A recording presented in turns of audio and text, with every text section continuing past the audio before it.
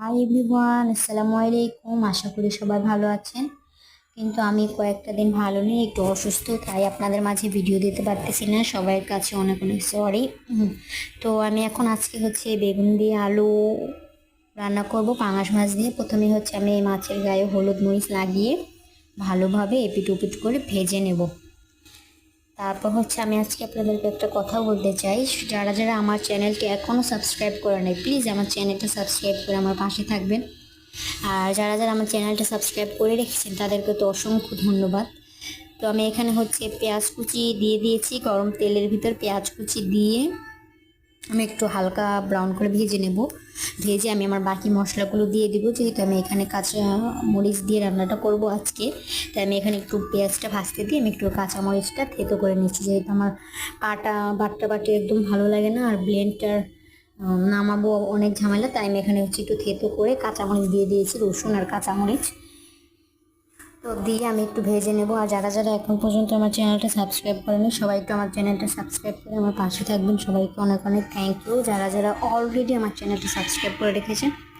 তো এখন আমি এখানে পানি দিয়ে দেবো। পানি দিয়ে এখানে আমি হলুদ দিয়ে দেবো। যেহেতু আমি এখন কাঁচামরিচটা দিয়ে রান্না করবো, তাই এখানে আমি গুঁড়া মরিচটা দেবো না। তো সবাই আমার চ্যানেলটা সাবস্ক্রাইব করে আমার পাশে থাকবেন। সবাইকে অনেক অনেক থ্যাংক ইউ। তো এইখানে আমি মশলাটা ভালোভাবে কষিয়ে নেব। মশলাটা আমি জিরার গুঁড়ো দিয়ে দিয়েছি। জিরার গুঁড়ো দিয়ে ভালোভাবে মশলাটা কষিয়ে নেব। কষিয়ে আমি আমার বেগুন আর আলু যেটা আমি অলরেডি কেটে রেখেছিলাম সেটা দিয়ে কিছুক্ষণ আমি ভেজে নেব। আমি এখানে পানি দিয়েছি, পানি দিয়ে মশলাটা ভালোভাবে কষিয়ে নিয়েছি। তো এখানে আমি এখন আমার আলু আর বেগুনটা দিয়ে দেব। আমি এখানে 3টা বেগুন আর 1টা আলু কাটছি।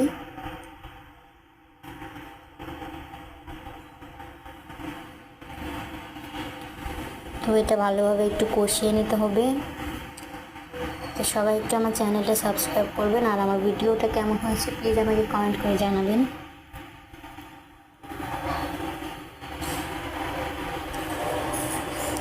এটা একটু ঢেকে ঢেকে আমি কষিয়ে নেব, যাতে এটা 50% কুক হয়ে যায়। আর ঝোল দিয়ে আমি 50% কুক করব। তো এখানে আমি ভালোভাবে কষিয়ে আমি এখানে মাছটা দিয়ে দিয়েছি। আর পরের ক্লিপটা নিতে আমি একদমই ভুলে গিয়েছি, তো আপনাদের কাছে সরি। সবাই ভালো থাকবেন, সুস্থ থাকবেন। আমার কাছে এই ভিডিওটাই ছিল, তাই আমি এটাই আপলোড করে দিয়েছি, কারণ আমার এখন ভিডিও করার মতো এনার্জি একদমই নেই। তো ভাবলাম আমি আগের ভিডিওটাই দিয়ে দিই। তো থ্যাংক ইউ সবাইকে। সবাই আমার জন্য দোয়া